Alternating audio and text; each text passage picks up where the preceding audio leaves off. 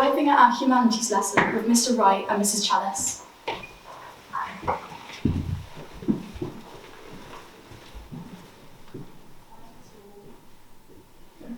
Hello Year 6 and welcome to your history lesson at Penrice.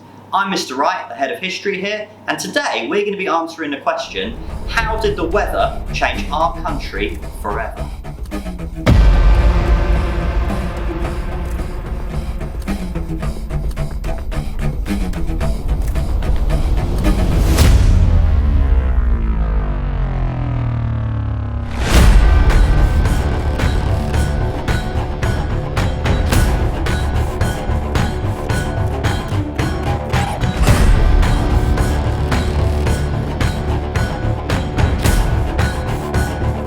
Edward the Confessor is dead! Who is going to be the next King of England? Our first contender for the throne is Harold Godwinson. He was born and bred in England. He had English blood flowing through his veins. He was incredibly popular with ordinary people. They loved him. Not only that, he was the most powerful noble in the whole of the country. The King's Council actually chose him to be the king after Edward the Confessor. Some even say it was the king's dying wish that Harold Godwinson would be the next King of England. However, he didn't have any direct link to the king. He wasn't related to the king, and he had no royal blood flowing through his veins at all. Should he be the next King of England?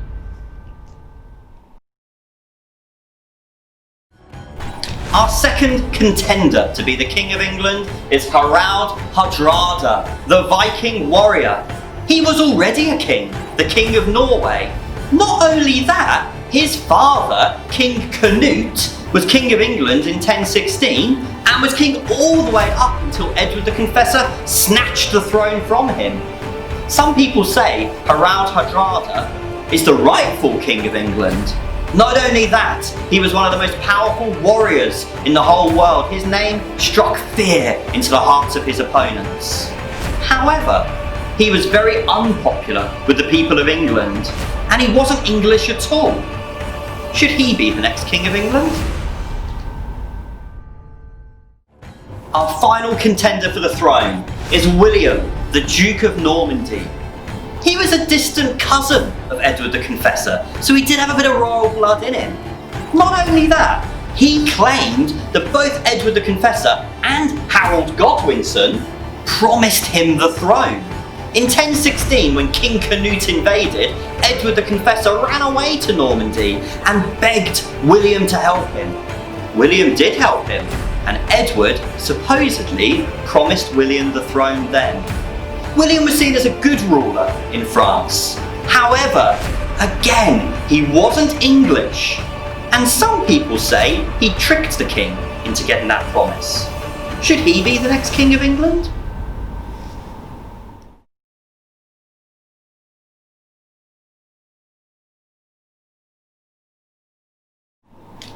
Now, Harold Godwinson, who did become the King of England after Edward the Confessor died, he knows that William, Duke of Normandy, is going to attack. He knows that he has been promised the throne and is definitely going to want to claim it. He is waiting for William to attack. He has all of his troops on the south coast of England. Harold Godwinson is ready for the attack. But where is William? The problem is, William can't sail because the wind is blowing in the wrong direction. Or as he would say, le vent is blowing in the wrong direction. Harold's troops are getting bored. They've been waiting for ages for William to turn up, and they want to go home. Harold has a dilemma. What do you think Harold should do? Should he force his troops to wait for William, but they're getting a bit unhappy? Should he send them all home? William's going to take ages to get here anyway, isn't he? Or should he send some of them home, but keep some of them just in case? What would you do?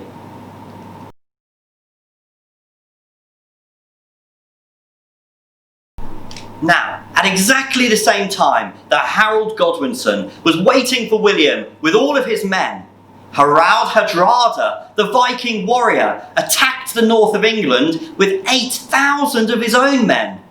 A disaster for Harold Godwinson, who had to march 187 miles north to meet Harald Hardrada at the Battle of Stamford Bridge. A huge battle ensued. Eventually, Harold Godwinson was victorious, but at a huge cost to his army and a huge cost to his men. What do you think is the biggest danger facing Harold Godwinson now?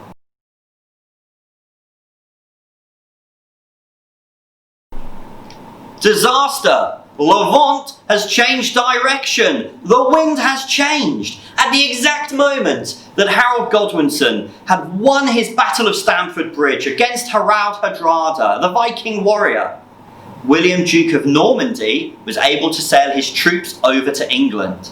Harold Godwinson is 187 miles away.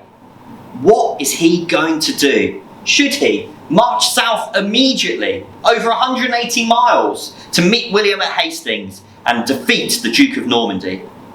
Or maybe B, should he allow William to invade, allow him to take control of a little bit of the south of England and meet him in London, saving a little bit of marching for his men? Or C, should he go via London, have a little rest there, pick up some more troops, and then go and meet William in the south of England near Hastings? What do you think he should do?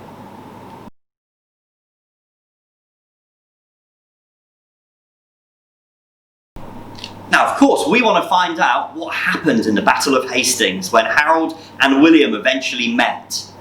The one best source we have is something called the Bio Tapestry, which was actually made after the Battle of Hastings, but it shows us what happened. Let's have a little look at a video clip of an animated Bio Tapestry that shows the Battle of Hastings in a little bit more detail.